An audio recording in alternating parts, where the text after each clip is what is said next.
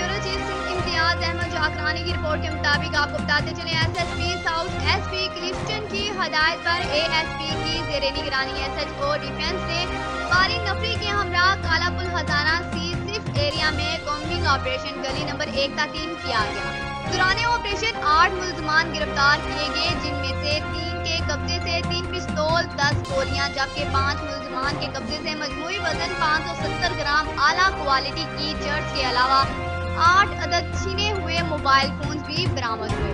थाना डिफेंस में मुकदमा दर्ज किए गए। दौरान ऑपरेशन 14 मुश्तबा अफराद को पकड़कर पूछताछ भी की जा रही है।